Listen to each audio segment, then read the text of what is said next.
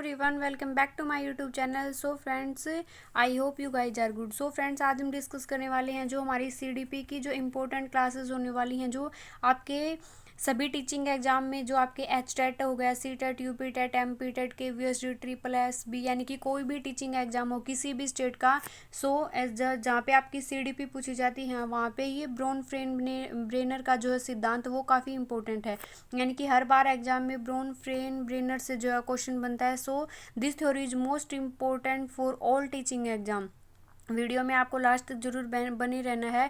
आपको बिल्कुल easy way से विद ट्रिकी शॉर्ट नोट्स जो आप बनाते हैं, वैसे मैंने शॉर्ट नोट्स बनाकर जो है इस वीडियो को बनाया है। सो आपको लास्ट तक जरूर बने रहना और फिर कमेंट करके बताना है कि वीडियो आपको कैसी लगी। अगर वीडियो ना पसंद आए तो आप अनलाइक भी कर सकते हैं, लेकिन अगर वीडियो पसंद आए तो लाइक करें, चैनल को सब्सक्राइब कर लें, बेल आइकन को प्रेस करके रखें ताकि अपकमिंग वीडियोज़ की जो नोटिफिकेशन आप लोगों तक पहुंच जाए। ये जो थ्योरी है वो काफ़ी जो है कम लोग करवाते हैं, और जो है इससे 1 से 2 क्वेश्चन जो हर टेट एग्जाम में जो है बनता है।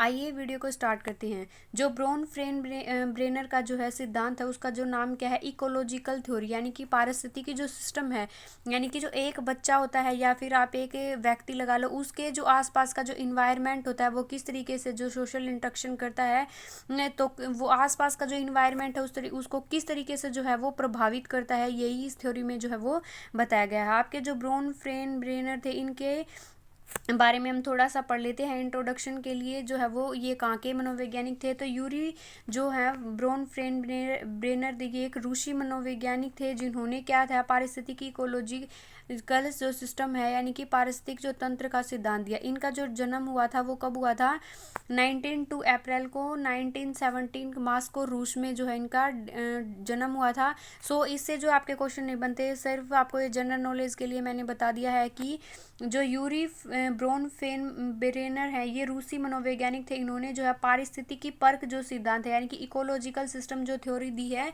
उसमें उन्होंने इन्वायरमेंट, यानी कि एक बच्चा जो है वो किस तरीके से अपने आसपास के इन्वायरमेंट से जो है अफेक्ट करता है, यानी कि इन्होंने the ecological of human development नामक एक पुस्तक के अंतर्गत जो है इस थ्योरी का वर्णन किया है। इस सिद्धांत में इन्होंने यही बताया कि बच्चा एक सामाजिक और सामूहिक रूप से जो है वो वातावरण के बीच के जो उनके संबंध होते हैं, उसको किस तरीके से जो है वो उसको प्रभावित करते हैं। अब मेन है इसका, यूरी जो ब्रोन फेन ब्रेनर थे, उन्होंने अपने जो सामाजिक और सामूहिक विकास का जो सिद्धांत है, यानी कि जिसका नाम है इकोलॉजिकल थ्योरी, आपको थ्योरी का नाम याद रखना है। वातावरण के रूपों में 5 मंडल बताए हैं। ये आपके मेन की जो है आपके इससे बनते हैं आपके क्वेश्चन। यूरी फ्रेन ब्रेन फ्रेनर जो है पारिस्थितिक सिद्धांत के, इन्होंने 5 मंडल दिए। 5 मंडल में फर्स्ट है आपका माइक्रो सिस्टम। माइक्रो सिस्टम में मैं आपको ऐसे ही बता देती हूँ क्या क्या क्या होता है। जो फर्स्ट जो होता है ये आपका, देखो, ये एक इंडिविजुअल जो है वो चाइल्ड हो गया। चाइल्ड के बाद आपका आ गया माइक्रो सिस्टम। माइक्रो सिस्टम के बाद आ गया आपका मीजो सिस्टम। मीजो सिस्टम के बाद आपका एक्जो सिस्टम। एक्जो सिस्टम के बाद आ गया आपका मैक्रो सिस्टम, और मैक्रो सिस्टम के बाद आ गया आपका क्रोनो सिस्टम। यानी कि जो 5 जो मंडल हैं, ये ऐसे मैं बना देती हूँ, आप समझ जाना। आगे हमें इसको अच्छे से एक्सप्लेन करके जो है वो बताएंगे। अब आपको मोटे तौर पर याद रखना है कि जो आपका मैक्रो जो सिस्टम है, यानी कि सबसे बच्चा अपने किससे जो है वो इंटरेक्शन करता है, अपने माता पिता से, अपने टीचर से, अपने फ्रेंड से, अपने जो आसपास के उसके पड़ोसी होते हैं। यानी कि फर्स्ट जो है वो चाइल्ड, फर्स्ट तो चाइल्ड हो गया। चाइल्ड के बाद जो है फर्स्ट लेयर जो उसके ऊपर होती है, वो अपने उसके माता पिता के, उसके दोस्तों के और शिक्षक की होती है। उसके बाद जो दूसरी जो लेयर होती है, यानी कि जो उसकी दूसरी लेयर हो जाती है मीजो सिस्टम में, जो लघु मंडल होता है, उसमें जो इन दोनों के बीच जो है उसके आपसी जो रिलेशन होता है, उसके बारे में बताया जाता है। और नेक्स्ट आपके एक्जो सिस्टम, यानी कि जो जो थर्ड जो लेयर होती है बच्चे के ऊपर, उसके पड़ोसी, जनसंचार, उसके पारिवारिक जो मित्र, अभिभावक और कार्यस्थल जो है वो अफेक्ट करता है। और मैक्रो सिस्टम में उसके जो रीति रिवाज हैं, परंपराएं हैं, जो धार्मिक, जो नैतिक शिक्षा, जो हमारे जो मूल्य होते हैं, नॉर्म्स होते हैं, वो अफेक्ट करते हैं। क्रोनो सिस्टम में जो आपकी आगे ये आपकी सोसाइटी वगैरह में जो आपके क्या होते हैं, युद्ध वगैरह जो होते हैं, वो क्या करते हैं, बच्चे को किस तरीके से जो है अफेक्ट करते हैं। फर्स्ट जो हमारा मंडल है जिसको हम पढ़ेंगे वो है, फर्स्ट मंडल में क्या होता है वो अब हम देखेंगे। ये एक सामाजिक परिवेश, यानी कि मनुष्य क्या होता है, बच्चा एक क्या होता है, सामाजिक प्राणी होता है। वो समाज में रहता है, समाज के लोगों के साथ इंटरेक्शन करता है। बच्चा एक इंडिविजुअल होता है, ये तो नहीं वो अकेला अकेला जो है वो पूरा जीवन जी सकता है।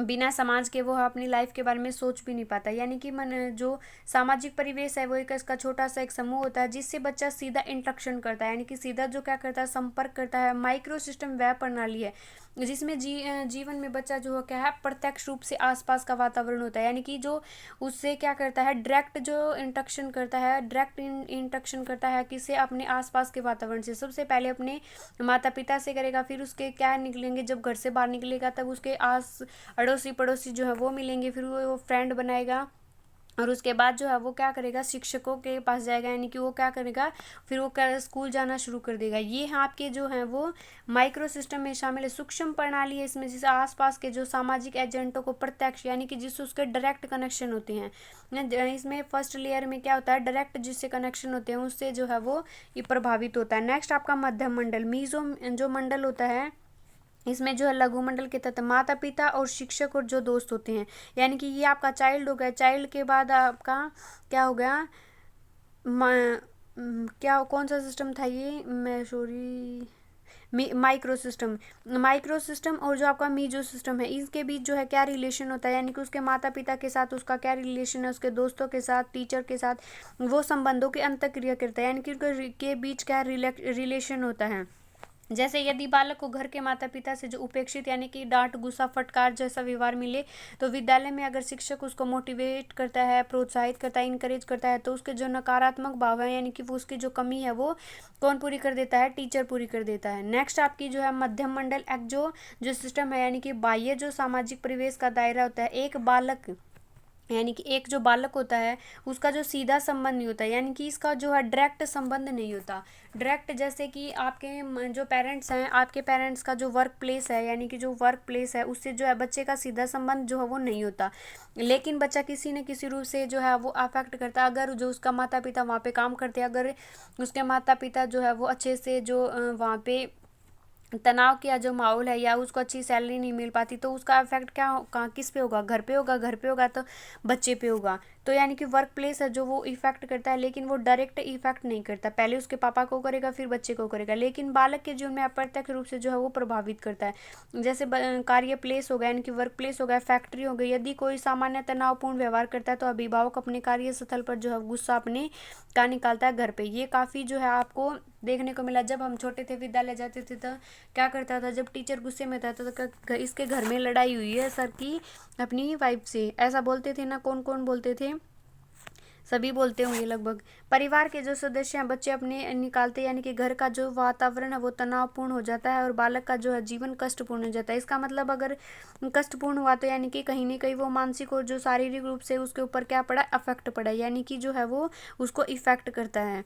नेक्स्ट है कि आपका जो है वृत्त मंडल यानी कि मैक्रो जो सिस्टम है इसके जो आपका ब्रेनर का जो सिद्धांत है इसमें सबसे बड़ा सतर है, यानी कि इससे बड़ा जो है वो सतर नहीं होता। उसके बाद जो है युद्ध वगैरह जो होते हैं वो बच्चे को डायरेक्ट अफेक्ट नहीं करते, वो होते हैं।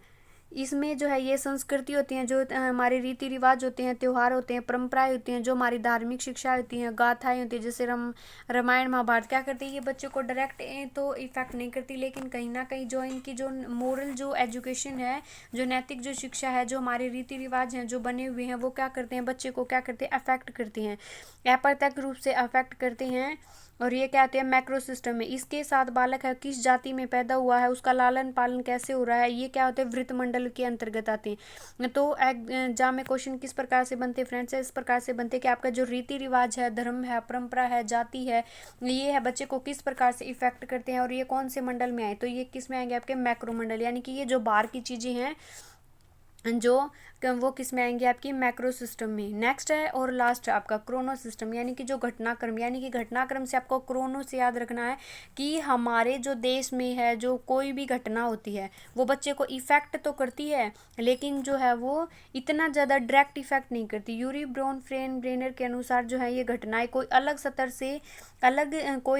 से नहीं है, अपितु एक बालक व्यक्ति के जीवन में होने वाली सभी घटनाओं का समावेश है। उसके जीवन भर में घटित होती ये घटनाएं पारिवारिक हो सकती हैं, आर्थिक घटनाएं हो सकती हैं, धार्मिक जो है, प्राकृतिक जैसे अकाल, भूकंप, बाढ़ जो है ये क्या होती हैं ये बच्चे के क्रोनल सिस्टम, यानी कि प्रकृति में कुछ भी घटित होता है, इन्वायरमेंट में कुछ घटित होता है जिस जो है बच्चा खुद नहीं करता, लेकिन जो है वो बच्चा उसे इफेक्ट जरूर होता है। अगर उसके परिवार में कोई ऐसी घटना हो गई उसके, यानी कि जो फाइनेंशियल जो है वो उसके साथ कोई क्राइसिस हो गए, तो अगर उसके साथ धार्मिक या प्रकृति या कुछ ऐसा हो गया, तो बच्चा सकारात्मक व नकारात्मक दोनों प्रकार से क्या होता है, प्रभावित होता है, यानी कि बच्चे के ऊपर प्रभाव पड़ता है। तो क्या ऐसे बनते हैं, माता पिता जो होती है, माता पिता जो है किस मंडल में आते हैं, तो माइक्रो।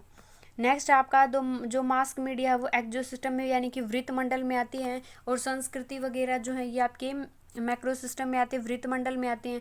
सो फ्रेंड्स, इस तरीके से जो है यूरी ब्राउन फ्रेन ब्रेनर के सिद्धांत से जो है वो क्वेश्चन बनते हैं। आई होप आपको वीडियो पसंद आए। अगर वीडियो पसंद आई तो don't forget like share and comment. Channel पर न्यू है, पहली बार वीडियो देख रहे हो तो चैनल को सब्सक्राइब कर ले। Keep watching, keep supporting, thanks for watching.